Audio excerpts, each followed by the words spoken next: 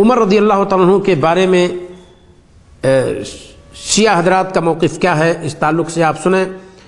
قرآن میں کہتے ہیں کہ اللہ تعالیٰ نے فرمایا تبت یدا ابی لہب، ابو لہب کے دونوں ہاتھ ٹوٹ جائیں، کہتے ہیں دونوں ہاتھ سے مراد یہاں ابو بکر اور عمر فاروق ہیں۔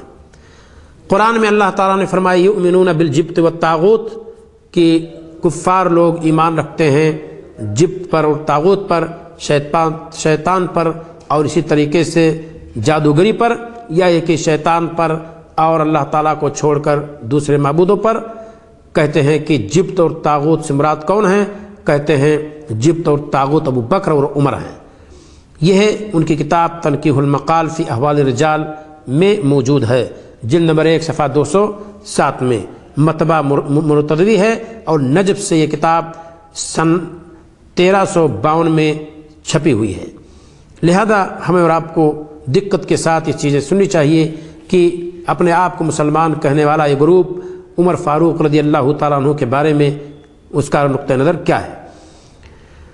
کہتے ہیں وہ ایک ایسے مرض میں مبتلا تھا جس کا علاج آدمی کی منی کے سوا، آدمی کے پانی کے سوا کچھ نہ تھا۔ اسے آپ دیکھنا چاہیں تو شیعوں کی کتاب الزہرا من جانب علماء نجف، یہ کتاب 3 جلدوں میں چھپی ہے، الخطوط العریضہ صفحہ 3 پہ یہ بات موجود ہے۔ اسی طریقے سے کہتے ہیں کہ عمر رضی اللہ عنہ کے قاتل فیروز ابو لولو مجوسی کو ابو شجاع الدین سے ملقب کیا جائے، یعنی شیعہ حضرات عمر فاروق رضی اللہ تعالیٰ عنہ کا جس نے خون بہایا، جس نے ان کا مرڈر کیا، جس نے ان کو شہید کیا، اس کو یہ لوگ ابو شجاع الدین کہتے ہیں، دین کے بہادر کا باپ، یعنی بہادروں کا باپ۔ غور کرنے کی بات ہے، یہ بات اگر آپ دیکھنا چاہیں گے تو الخطوط العریضہ میں ان کے حوالے سے محب الدین الخطیب نے ذکر کیا ہے، صفحہ 17 پہ یہ بات موجود ہے۔ امام مہدی جب آئیں گے، شیعہ حضرات کا عقیدہ ہے کہ امام مہدی جب آئیں گے تو ابو بکر اور عمر کو سولی پر چڑھائیں گے، اور جس درخت سے لٹکائے جائیں گے ہرا بھرا ہوگا، لیکن ان کے لٹکائے جانے پر وہ درخت سوکھ جائے گا۔ المسائل الناصریہ سید مرتضی شیعی نے یہ بات کہی ہے، اور الخطوط العریضہ کے صفحہ 17 پہ یہ بات موجود ہے۔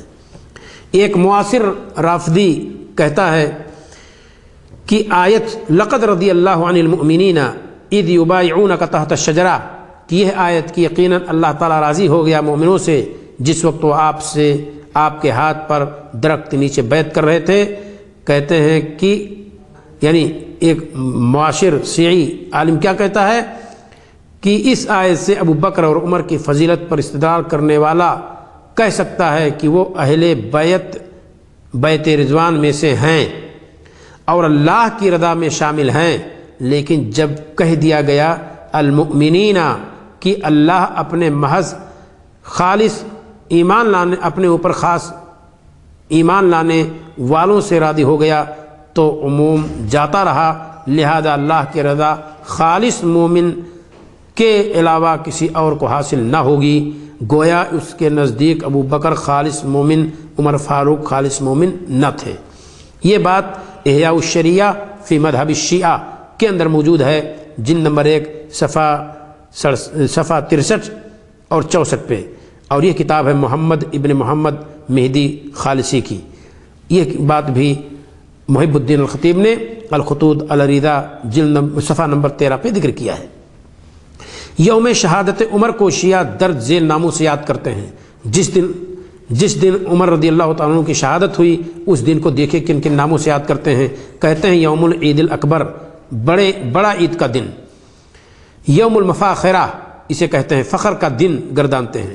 یوم التبجیل، تکریم و تعظیم کا دن کہتے ہیں۔ یوم الزکاۃ العظمیٰ، بڑے زکوٰۃ کا دن کہتے ہیں۔ یوم البرکہ، خیر و برکت کا دن اسے قرار دیتے ہیں۔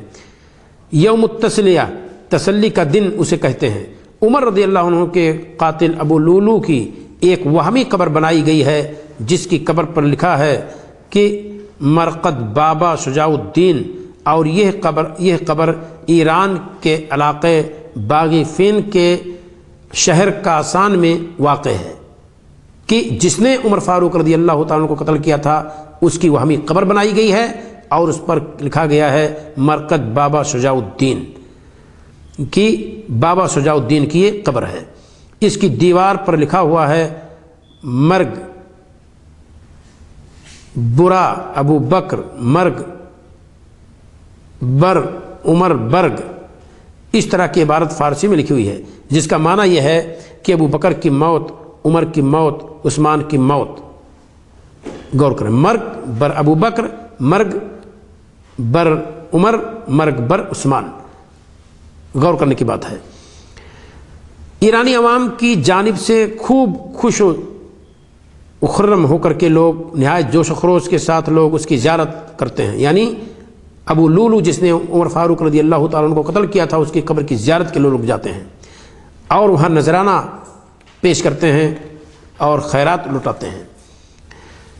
ابن جبرین رحمہ حفظہ اللہ کہتے ہیں قد ارتسم فی اذہانہم انہما اکفر من ابی جہل و عمر و فاروق و فرعون، قد ارتسم فی اذہانہم کہ روافظ کے ذہن میں یہ چیز چھپ چکی ہے، بسی ہوئی ہے، انہما اکفر من ابی جہل و فرعون، کہ ابو بکر صدیق عمر فاروق یہ فرعون اور ابو جہل سے بڑے کافر ہیں۔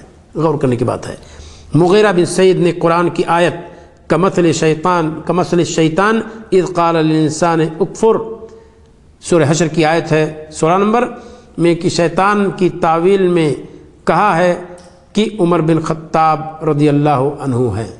غور کیجیے، یہی نہیں، اسی باطل تعویل کا سہارا لے کر بحرانی نے اور دیگر کتب فرقے اثنا عشریہ نے یہ قاعدہ کلیہ بنا ڈالا کہ قرآن میں جہاں کہیں قرآن نے الشیطان وارد ہے، اس سے مراد عمر ہے، اور اسے ابو جعفر سے نقل کیا ہے۔